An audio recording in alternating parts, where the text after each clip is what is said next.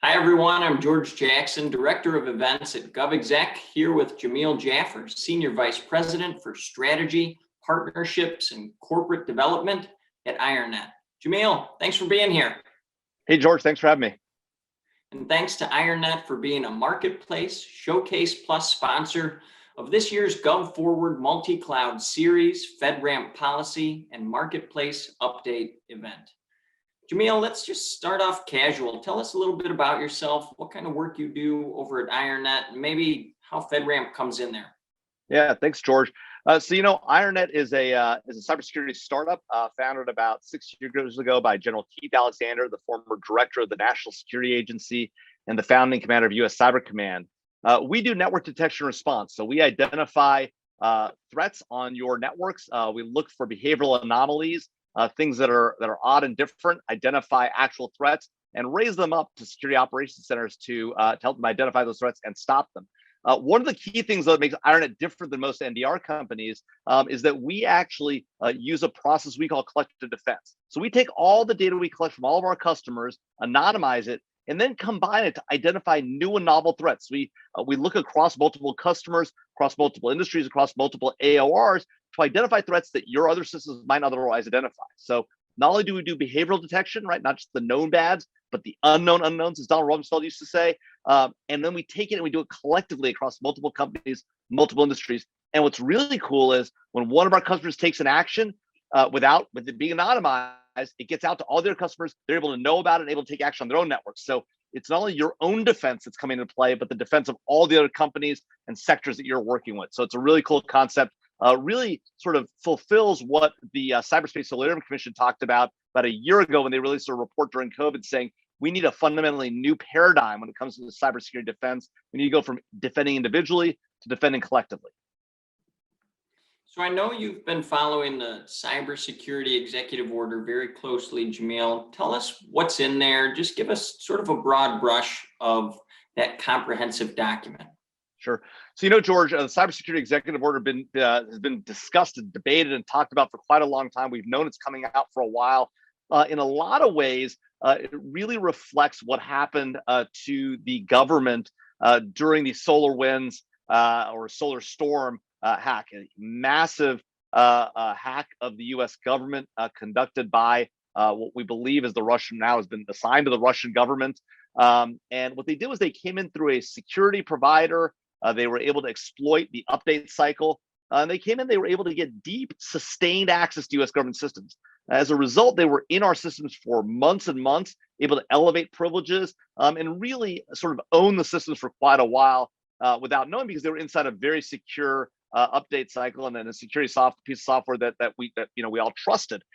So good on them. They were able to very effectively get in our systems. But now that we've identified them, we've got to figure out how to solve these problems going forward. And the executive order is an effort by the Biden administration to do exactly that. And so it puts in place a number of procedures for the U.S. government to go through, along with its contractors. Involves reporting of incidents and potential incidents. Involves certain standards that the contractors and the government will need to meet. And really talks a lot about new concepts. It talks about the need to partner between the government, the private sector on cyber defense, right? We've talked about partnering, public-private partnerships for a better part of a decade now. This executive order really puts a key emphasis on that. It talks about information sharing and the need to get ahead of these threats and risks. And really, that this collective defense concept, it's not just about what happens, later on after an incident, but it's about what happens before the incident and really identifying threats before they happen. And it talks about this idea of a zero trust architecture, the idea that you have to assume that your systems are owned and compromised and operate in a scenario where you're resilient and defended against threats in that type of environment. And that's why it talks a lot. If you look at the definition of zero trust in the executive order, it talks really about going deep, hunting deep in the network, about identifying anomalies and the like. And so really, in a lot of ways, the executive order reflects the concepts that that the Cyberspace Solidarity Commission is talking about, collective defense, and what IronNet's trying to do, this deep idea of hunting, sharing information, scaling to meet the threat, not just one company, one government agency at a time, but doing it collectively. And in a lot of ways, our move to the cloud and through the FedRAMP process really enables that kind of defense, because you're able to operate at scale and speed across multiple entities and update systems in real time, whereas you would have had to go and install patches on individual computers over the course of a huge agency. Cloud really enables you to do it quickly and at scale. So let's stay on cloud for a little bit, Jamil. Yeah. You know, the cyber EO also focuses on cloud-based strategies and security approaches for something called cloud-centric cyber defense. Can you Yeah. explain that term for our audience, what it means and how it applies to federal systems?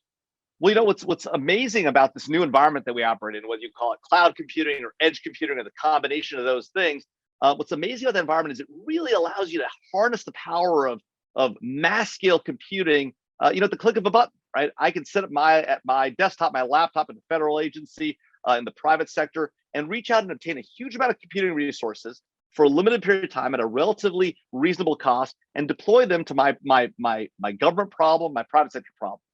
And so this scale that the cloud gives us is amazing. It also allows us to spin up multiple computer instances, multiple networks, right? You're able to spin up and spin down as quickly as needed, and you're able to secure at scale. So whereas before, if I bought 50 PCs, right, and I had to go defend them, I'd have to go install patches and the like. The cloud allows you to spin them up, spin them down, deploy security, deploy patching, and take them down if there's a problem, and re-up your system. So it's really an amazing a capability in terms of scale for computing problems, but also to defend those computing systems and to secure them in a really effective and granular way.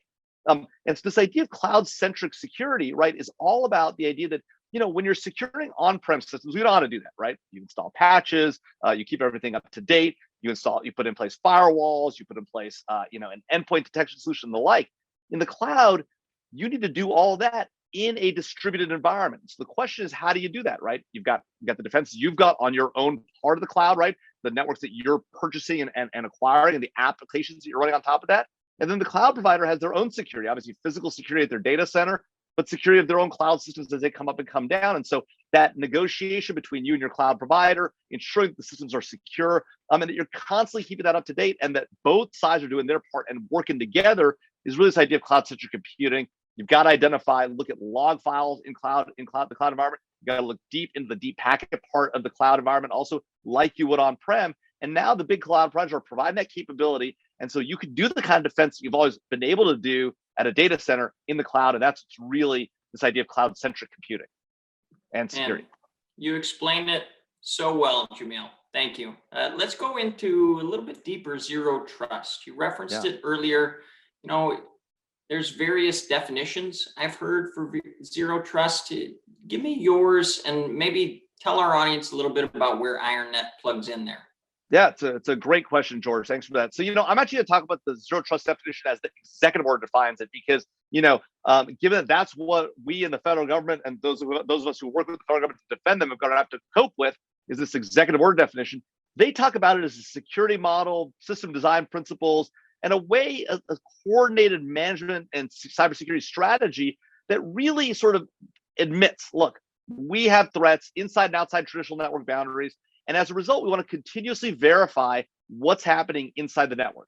That means you've got to understand your operational readiness, your operational picture in real time from multiple sources consistently. You need to understand who's coming in, who's coming out, what your system is doing. That requires a very deep level of knowledge of your system, whether it's in the cloud or on-prem. If you're going to adopt a zero trust architecture approach, as we just defined it, you got to be looking in your network constantly at all times, looking not just for the unknown or the known bads, but for the unknown unknowns, looking for those anomalies and the like. And so because it assumes breach is inevitable, right? The only thing you're trying to do in this environment is limit access to what's needed by the person who's got the access, right? And looking for this malicious activity, trying to push out the invaders, assuming they're already inside the castle walls, as it were. And so the idea being, you've got to have the comprehensive security monitoring, you've got to have very granular risk-based access controls, and you've got to have systems, security system automation, right? These are all the things that EO talks about.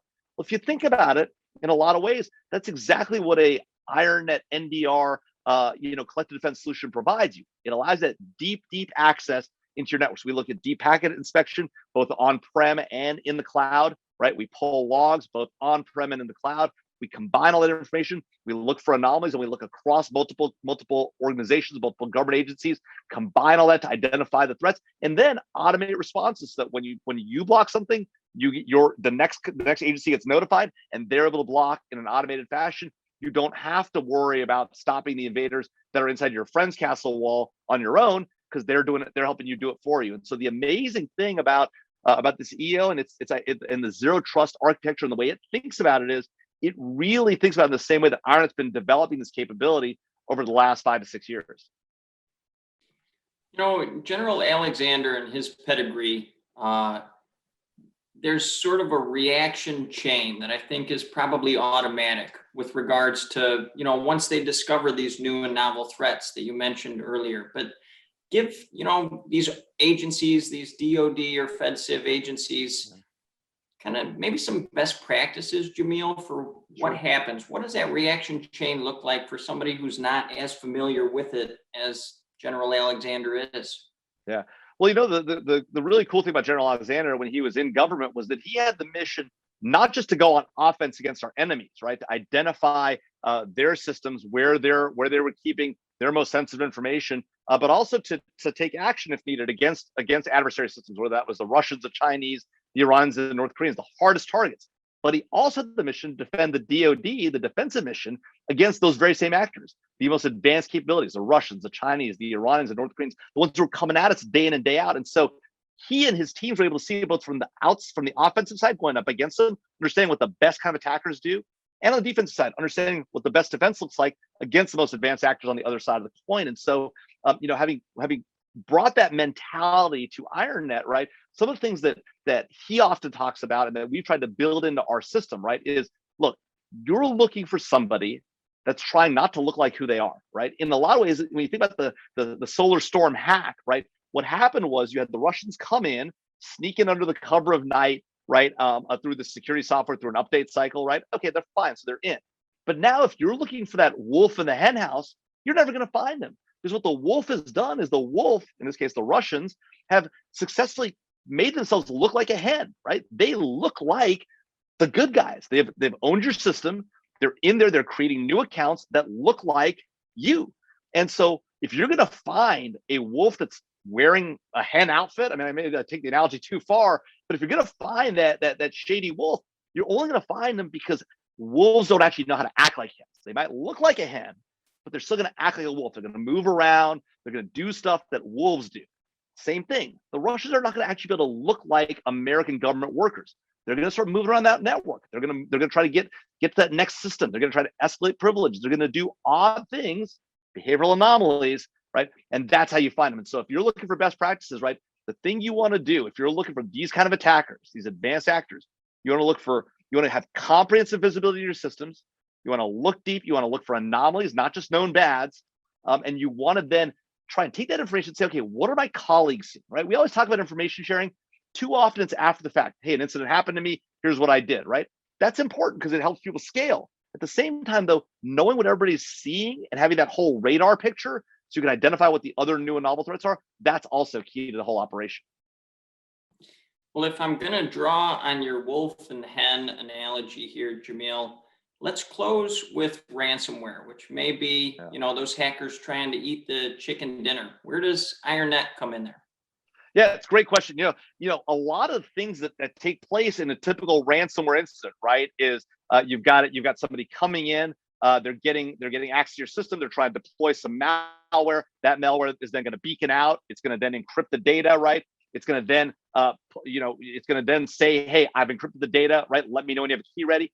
All the things that happen in a ransomware attack are very similar to things that happen in any other deployment of malware, right? There's going to be an access point, right? There's going to be a deployment of a capability. There's going to be some action taken on target. And there's going to be some communications going back and forth, that command and control.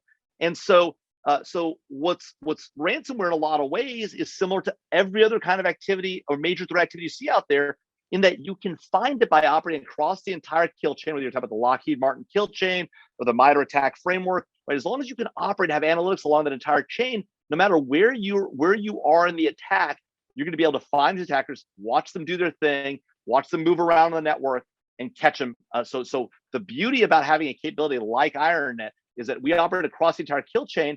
You can identify these threats no matter when you deploy us. You can deploy us late in an attack, and we'd still find them as they're trying to exit out or encrypt your data or whatever. Ideally, you deploy as well before an attack, and you're able to catch all that stuff.